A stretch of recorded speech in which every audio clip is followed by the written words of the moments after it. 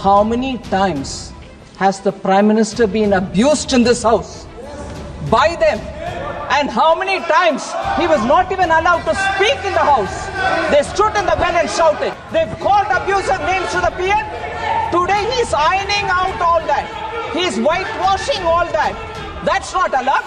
His entire speech was abusing former prime ministers. I have written a letter. I have written a letter to you putting on record a number of times he has abused the chair of the former prime ministers. So please before pointing fingers, Honorable Finance, I do not expect you. What is this? Honorable, what is this going on? You should not have the patience to listen. Members, item number 15 to 19 will be taken together. Honorable Member Shri Gaurav Gogoi ji. आज sir, आज हम ये जानना चाहते हैं कि अध्यक्ष महोदय कि आज वहाँ पे आर्टिकल 174(1) जो संविधान का है उसका उल्लंघन हुआ है। आर्टिकल 171 एक मिनट, मैं आपको सम्मान कर रहा हूँ, उनको क्यों धक्के पर? मैं आपको सम्मान करता हूँ। I recognise you. माननीय सदस्य प्लीज एक मिनट, माननीय सदस्यगण प्लीज एक मिनट प्लीज। मैंने उनको एक मिनट बेटे मैंने उनको पॉइंट ऑफ ऑर्डर पर बोलने की परमिशन दी थी। जब वो बोले, मैं आपसे नियमों के तहत अपेक्षा कर रहा हूं, बाकी तो सदन में बोल सकते हैं, लेकिन ये अपेक्षा रहती है कि नियमों के तहत बोले।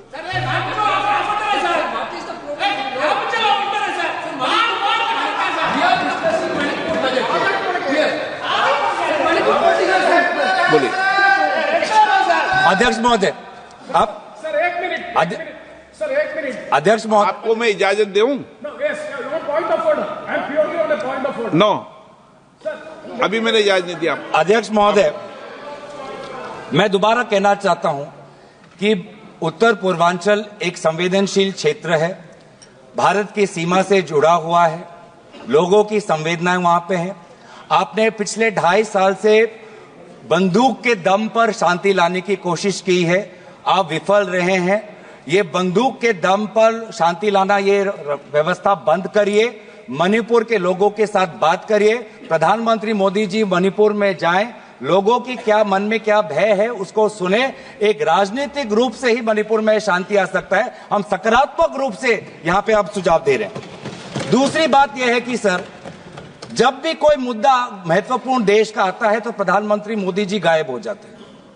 आप हाल ही में मत करिए, आप देखिए, ठीक है, आप एक मिनट प्रधानमंत्री मोदी जी से हम और अपेक्षा करते हैं, शांत हो जाते हैं, शांत हो जाते हैं। माननीय जब प्रधानमंत्री माननीय प्रधानमंत्री जी जब पहले भी सदन के अंदर चलते सदन में पूर्व के प्रधानमंत्री जी भी गए हैं, और जब भी माननीय प्रधानमंत्री जाते हैं सदन को सूचित करते हैं, मुझे सूचित करते हैं, और उसके बाद प्रधानमंत्री जी हमेशा सदन को सूचित करके ही जाते हैं। सदन में आप टिप्पणी करें जो ठीक नहीं है। हम प्रधानमंत्री का सम्मान करते हैं और प्रधानमंत्री का सम्मान करते हैं, लेकिन इसमें जब हम वर्तमान प्रधानमंत्री का सम्मान करते हैं तो बार बार पूर्व प्रधानमंत्री पे ये लोग अपमानजनक शब्द क्यों करते हैं और उनके बातें रिकॉर्ड पे क्यों आते हैं, इसका भी आप बाद में सोचिए सर। हम सभी प्रधानमंत्री वर्तमान और पूर्व प्रधानमंत्री को सम्मान करते हैं, लेकिन जब भी ट्रेजरी बेंच से अपमानजनक शब्दों का व्यवहार होता है बार बार रिकॉर्ड पे आता है सर, और हमारे तो रिकॉर्ड में रहेगा, पता नहीं सर, कल पता चले। वित्त मंत्री, लेकिन जहां पर एक मिनट वित्त मंत्री कुछ बोलिए। Ma'am Sir, yes. हाँ, एक मिनट बोल You लें। said something very profound. You said something very profound. You said something very, very profound. I'd like to add to it. Sir, with due respects, it was music to my ears to hear a leading member of the opposition party say that they सम्मान करते हैं प्रधानमंत्री जी को. And quickly to add, when Treasury talks about previous prime ministers, they speak not in सम्मानजनक language. How many times has the Prime Minister been abused in this house by them?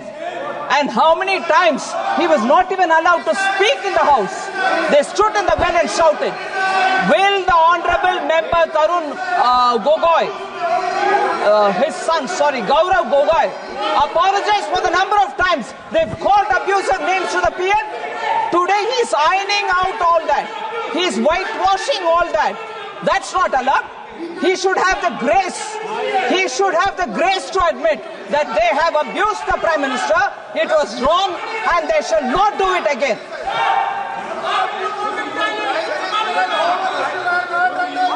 Through you, Honorable Speaker, through you, I request the Finance Minister to read the speech of the Prime Minister during the last session. His entire speech was abusing former Prime Ministers. I have written a letter. I have written a letter to you putting on record a number of times he has abused the chair of the former Prime Ministers. So please before pointing fingers, अपने घर में खुद जाके. If it is this very clearly that I have to read the speech, Honorable Finance, I do not expect you. What is this? Stood up here. Honorable, what is this going on? You should not have the patience to listen. Have the patience to listen. You should have the patience to listen. You read through the speech. And look at the way in which all of them are shouting. Look at the way in which all of them are shouting. Now, look at the way in which all of them are shouting. Have the patience. Right? What Gogoi said is wrong? Gogoi said is wrong? Is that what they are saying? Is that what they are saying?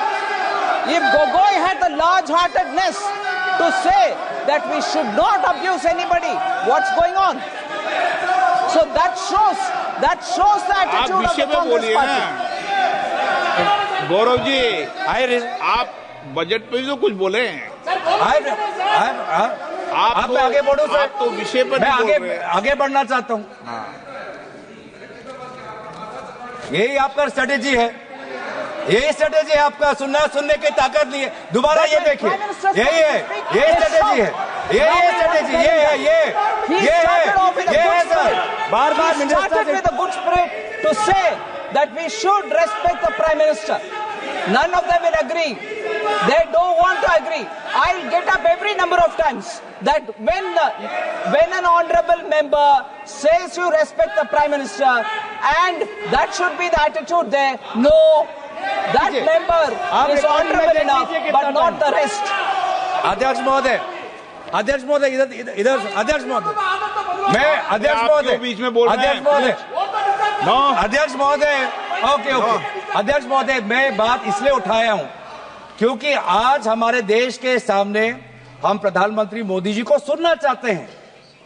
क्योंकि America के राष्ट्रपति ने कहा कि अभी भारत और America के बीच में जो टैरिफ्स को लेके जो चर्चा हो चुका है उसमें भारत ने कबूल कर दिया है कि टैरिफ घटेगा.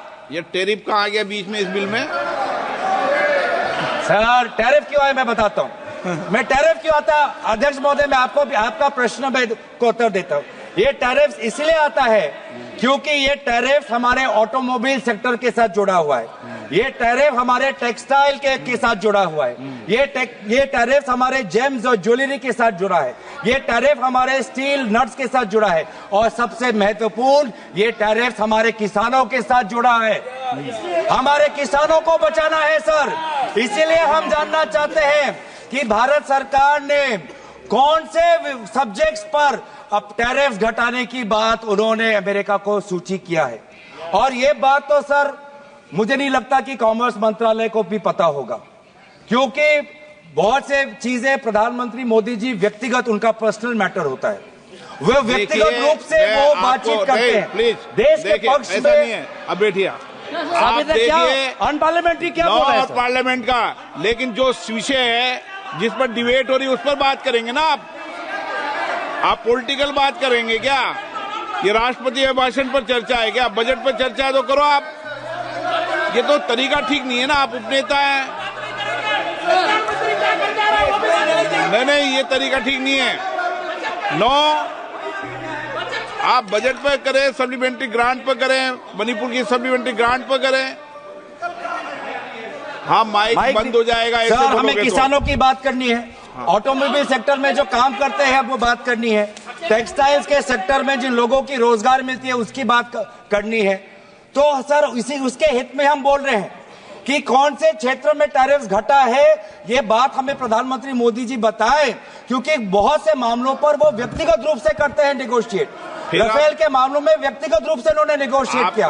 तो इसमें भी हम जानना चाहते हैं कि कौन से विषयों पर भारत टैरिफ्स घटाएगा। और ये भी हम जानना चाहते हैं, क्या भारत ने सोचा है कि हम अमेरिका पर रेसिप्रोकल टैरिफ्स लगाएंगे? क्या भारत ने ये सोचा है? देखिए माननीय सदस्य, मैं आपको फिर बोल रहा हूं, नहीं तो मुझे टोकना पड़ेगा। सदन नियम प्रक्रियाओं से चलेगा। 2-6 में क्लियर नियम प्रक्रिया है। मैं आपको बार बार आग्रह कर रहा हूं और बार बार विषय को डाइवर्ट करते हैं और आप फिर कहेंगे मुझे बोलने नहीं दिया। सदन तो नियम प्रक्रियाओं से चलेगा। बोलिए, लेकिन सर कॉमर्स मंत्रालय से है सर, पूरा देश देख रहा है, पूरा देश जानना चाहता है सर। क्या जानना चाहता है? आप 15 से 19 जो इस पे बोले ना, टैरिफ को लेके पूरा देश चिंतित है सर। हाँ। ट्रेड डेफिसिट को लेके पूरा देश चिंतित है सर। हम पूरा देश लास्ट बार आप अगर इधर उधर बोलेंगे तो मुझे दूसरे वक्तव्य को बुलाना पड़ेगा। क्लियर कट बात है, आप बोलिए सर। पूरा देश देख रहा है सर। हाँ ठीक है, सदन तेरा देश देख रहा है। नियमों से चलेगा, नहीं चले नियमों से चलेगा। सदन पूरा देश देख रहा है। चलना है, बोलिए तो ठीक। सदन पूरा देश नहीं बोलने देंगे सर। बार बार ऐसे उदाहरण आते हैं, बार बार, और आप बीच बीच में डिस्टर्ब मत कीजिए। बार ऐसे उदाहरण आते हैं कि सरकार एक कदम लेती है और फिर 2 कदम पीछे जाती है। उसका एक और उदाहरण है sovereign gold bonds. Sovereign gold bonds ये सरकार ने 2015 में लाए। 2015 में ये सरकार ये सॉवरेन गोल्ड बॉन्ड्स इन्होंने शुरुआत की और अभी हाल की बजट में जब इनका पूरा ये स्कीम फियास्को हो गया, पूरा स्कीम फ्लॉप हो गया, अब ये स्कीम को बंद करना चाहते हैं। क्यों? क्योंकि इनका मंशा ये था कि बाहर से जो गोल्ड का इंपोर्ट आता है वो घटना चाहिए। इनका प्रेस रिलीज में यही सरकार का ये था जब सॉवरेन गोल्ड बॉन्ड्स आया। अब मैं जानना चाहता हूं आदरणीय वित्त मंत्री से कि sovereign gold imports since 2016 is it gone up or has it gone down? Which one of your objectives of the sovereign gold bond scheme have you achieved? We want to know. You got the sovereign gold bond scheme thinking that government borrowings, it will help government borrowings. But now your liabilities are such that even in this budget you have to pay around 8,900 crores, and in a few years from now the government liabilities has exceeded by 930%, and you have to pay close to 1 lakh crores, and that is why close to 67 tranches of sovereign gold bond payments have been withheld by this government. And this shows, again, that in this government they only care about headlines, they only care about speeches, they only care about optics. They don't know what is happening on the ground. They don't know what is happening on the ground. अब बात आती है GST की। GST बोल सकते हैं ना sir? अभी वित्त मंत्री ने दोबारा कहा कि ma'am please have the patience ma'am, you can say all of this in your reply ma'am. Please on all of, ma'am, you hear your speakers also. You hear when your speakers come, you tell them also the same thing. Please tell them the same thing. Please tell them the same thing. Now I'm telling, if I'm saying anything which is not related to finance economy, you tell. Now in GST, caramel popcorn alag, non-caramel popcorn alag. Now GST में sir former chief of economic adviser, इन्हीं के सरकार के time में former chief of economic adviser ने कहा है कि सिर्फ रेट कट से नहीं होगा, आपको जीएसटी स्ट्रक्चर में सुधार लाना है। लगभग 100 रेट है, इतने सारे सेसेस है, मल्टीपल टैक्स स्लैब्स है। आज तो सर आप हैरान होंगे ये जानने पर, आज मंदिर पर भी जीएसटी है। जो सरकार धर्म को लेके आज वो लोग बीच में जाती है, देश के बीच में, आज उन्होंने कुछ वर्षों से पहले मंदिरों पर भी उन्होंने टैक्स लगा दिया है जो Hindu religious and charitable endowments पे आते हैं। और एक स्कूल पेंसिल पे भी, एक स्टेशनरी पे भी, यूनिफॉर्म पर भी इनका जीएसटी है। और जीएसटी मैडम, आदरणीय अध्यक्ष महोदय, GST has become the new tool for blackmail, extortion and evasion. GST raid has become the new architecture for harassment. And evasion has also become easy. Evasion has increased from 2023. In 2023, evasion of GST has doubled to 2 lakh crores. अब इन्होंने एक और harassment का tool निकाल रहे हैं, वो है इनकम टैक्स बिल में, जो फिलहाल कमेटी में है। लेकिन इनकम टैक्स बिल में एक प्रावधान है कि आज एक इनकम टैक्स का ऑफिसर आपके मोबाइल फोन में, आपके कंप्यूटर में पूरा वो चीजें देख सकता है, पूरा सोशल मीडिया आपको देख सकता है।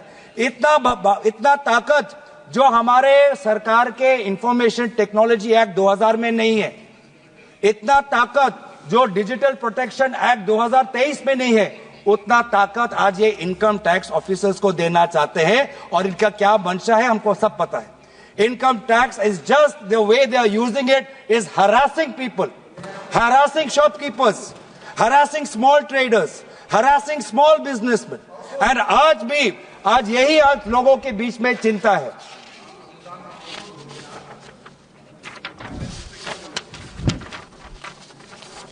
धन्यवाद सर। तो एक और उदाहरण देता हूं सर कि क्यों ये भाषण पे कितना ये निर्भर है। और इनके भाषण जमीन से इनका कोई ताल्लुकात नहीं।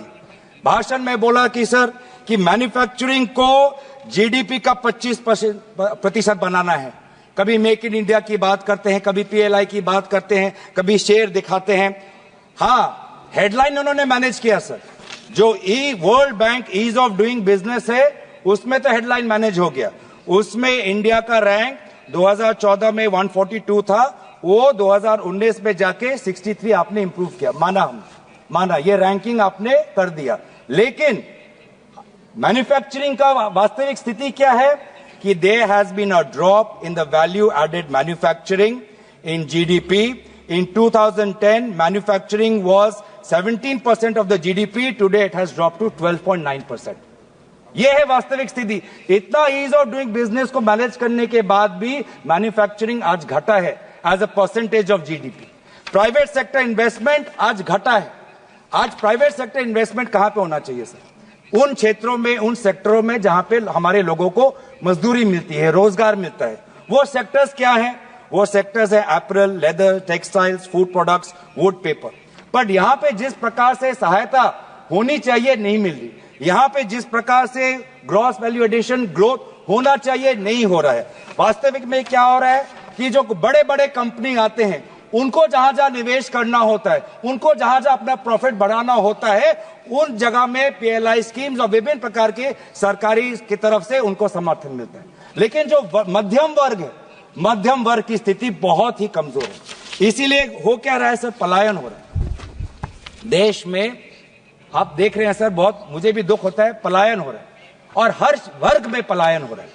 आज हमारे बच्चे, आपने देखा होगा कि कोविड के समय, रशिया यूक्रेन के समय, आज शिक्षा के लिए भी कम पैसों में उनकी शिक्षा मिले, आज वो चीन जा रहे हैं, आज वो यूक्रेन जा रहे हैं। ये पलायन है।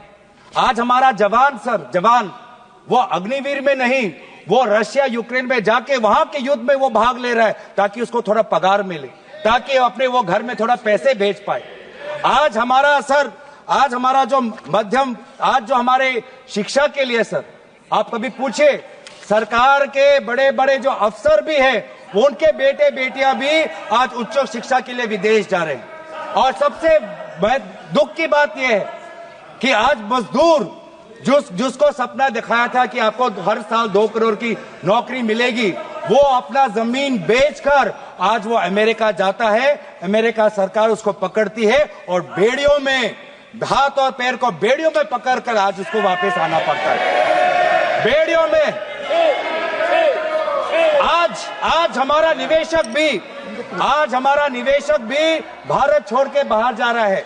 2024 में एक मिनट मैं आपको, आप नेता हैं, वरिष्ठ हैं, ये जो सारे विषय बोल रहे हो वो कई अनुदानों की मांगों पर है क्या? आप बजट पर बोलो, फाइनेंस बिल पर बोलो, टैक्सेज पॉलिसी पर बोलो, आप वरिष्ठ नेता हैं। सर, जब उनके तरफ भी आएगा देखना, सुनिएगा सर, जब उनका भी आएगा तब भी सुनिएगा। जवाब तो देना पड़ेगा, तब भी आप सुनिएगा sir.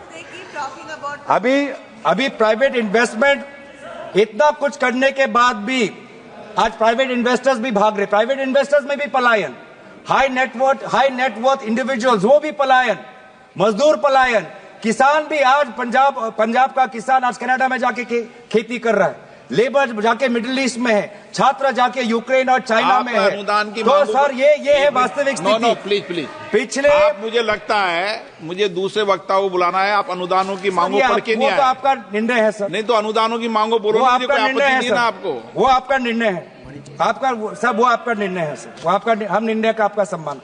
Private investors pulled out maximum funds in 2024 as they sold 27.9 billion by 224 exits. And the main reason, all economic experts यही कह रहे हैं कि प्राइवेट इन्वेस्टमेंट घट क्यों रहा है। सरकार ने कितना कुछ दिया प्राइवेट कंपनियों को, उनका लोन माफ कर दिया, उनका कॉर्पोरेट टैक्स माफ कर दिया, लैंड उनको दे रहे हैं, बड़े बड़े इन्वेस्टमेंट समिट दे रहे हैं, उसके बावजूद भी प्राइवेट इन्वेस्टमेंट घट क्यों रहा है, रोजगार बढ़ क्यों नहीं रहा है। उसका कारण एक ही है कि वीक कंजम्पशन, वीक डिमांड। जब पेट पे लात पड़ती है, जब हर चीज पे जीएसटी लगती है, जब महंगाई पूरे महीने के बजट को खा जाती है, तो ये ग्राहक आम आदमी क्या खरीदेगा, बाजार से क्या खरीदेगा, और ये खरीद जो नहीं हो रही, उसके कारण आज निवेश घट रहा है। सर इसीलिए मैं चाहता हूं कि आज आप यहां पे ये सरकार भाषण और ये हेडलाइन मैनेजमेंट में ये अपने पार्टी के मंच पे ये बात करें, लेकिन सदन के अंदर देश के सामने देश की जो वास्तविक स्थिति है उस पर अब बात रखें। आज सर इनफॉर्मल सेक्टर भी बढ़ रहा है। इनफॉर्मल सेक्टर जहां पे हमारे 85% जो हमारे लेबर आज इनफॉर्मल सेक्टर में है, आज वो इनफॉर्मल सेक्टर में भी मैन्युफैक्चरिंग की जगह नहीं है। वो इनफॉर्मल सेक्टर भी आज क्या बजट पे चर्चा की तैयारी कर राजस्थान की बात कर रहा हूं सर। आपके कोटा क्षेत्र में बहुत इनफॉर्मल सेक्टर है सर, कोटा में कभी जाइए, उनकी बात कर रहा हूं सर। तो वहां पे इनफॉर्मल सेक्टर वो भी बोल रहे हैं कि उनको ढाबे में काम करने के अलावा और कुछ नहीं चारा मिल रहा, होटल में टेबल साफ करने के अलावा कुछ नहीं चारा मिल रहा, मैन्युफैक्चरिंग के लिए उनको अवसर नहीं मिल रहा। The share of manufacturing sector in the total number of informal enterprises fell from 31% in 2015 to 27.4% in 23-24। सवाल बस इतना है, कहां गया make in India? Make in India क्या काम कर रहा है? मेक इन इंडिया से आपने मैन्युफैक्चरिंग ना बढ़ा पाए हैं, ना मेक इन इंडिया से आप इनफॉर्मल सेक्टर में मैन्युफैक्चरिंग और बढ़ा पाए हैं, ना मेक इन इंडिया से आपने लोगों को और रोजगार देने की बात की है। तो सर गौरव जी कुछ अनुदानों की मांगों पर बोल लो। बस डिफेंस पे आता हूं सर, आपने ठीक कहा, डिफेंस पेंशन पे डिफेंस सर यहाँ पे अध्यक्ष महोदय कुछ तो बोला नहीं मैंने, नियम वही है। आप उनको अनुमति क्यों दे रहे हैं सर? अध्यक्ष महोदय आपने उनको अनुमति दे रहे हैं? आपने अभी मुझे सुझाव दिया है, आपने अध्यक्ष महोदय आपने मुझे बोलने दिया है, तो मुझे मेरी बात को सुनिए, खत्म कर दिया आप। तो यहाँ पे अध्यक्ष महोदय ये जो नया जो सप्लीमेंट्री ग्रांट्स आया है, इस पे यूनिफाइड पेंशन स्कीम की बात की। पूरे हर देश में सरकारी कर्मचारी कह रहा है यूनिफाइड पेंशन स्कीम नहीं चाहिए, हमको पुराना पेंशन स्कीम लाइए। उनकी मांग आज हम सदन के अंदर रख रहे हैं। आज डिफेंस पेंशन, आज सप्लीमेंट्री ग्रांट्स की बात करें, डिफेंस पेंशन का उल्लेख किया गया है, लेकिन डिफेंस पेंशन भी, आज डिफेंस का व्यक्ति भी ये कह रहा है कि कैपिटल इन्वेस्टमेंट जो होना चाहिए वो मात्र 25% है। डिफेंस का टोटल बजट जो आज है अराउंड $79 बिलियन है, जबकि चीन जैसा एक जो देश है, तुलना के तौर पे कह रहा हूं, लगभग $256 बिलियन उनका इन्वेस्टमेंट है। हर दुनिया के हर कोने में विभिन्न देश अपने डिफेंस बजट को बढ़ा रहे हैं, यूके में बढ़ा रहे हैं, जर्मनी में बढ़ा रहे हैं, लेकिन हमारे देश में मात्र 4% रहा है डिफेंस बजट। तो इसीलिए ये अग्निवीर और डिफेंस के पेंशन बजट को ये जो अकाउंटिंग जो करना चाहते हैं, इसको आप परे रखिए। राष्ट्रीय सुरक्षा को एक अकाउंटिंग एक्सरसाइज मत बनाइए। राष्ट्रीय सुरक्षा को अकाउंटिंग और ऑडिटिंग के नजर से मत देखिए, राष्ट्रीय सुरक्षा को हमारे टेरिटोरियल इंटेग्रिटी से देखिए। तो सर मैं ज्यादा वक्त आपका नहीं लेना चाहता, आपने बहुत हमें समय दिया है। आपने ये भी देखा कि बहुत से समय सत्ता पक्ष के लोगों ने भी लिया है। तो इसलिए मैं चाहता हूं कि हमारे साथ नाइंसाफी ना हो, हमारे पार्टी को पर्याप्त हमें समय मिले। हम बार बार दोबारा उसी चीज में आऊंगा, क्योंकि मणिपुर का बजट आज क्लब हुआ है। गृह मंत्री को नैतिक जिम्मेदारी लेते हुए अपने राजधर्म का पालन करना चाहिए और प्रधानमंत्री को मणिपुर जाना चाहिए। धन्यवाद।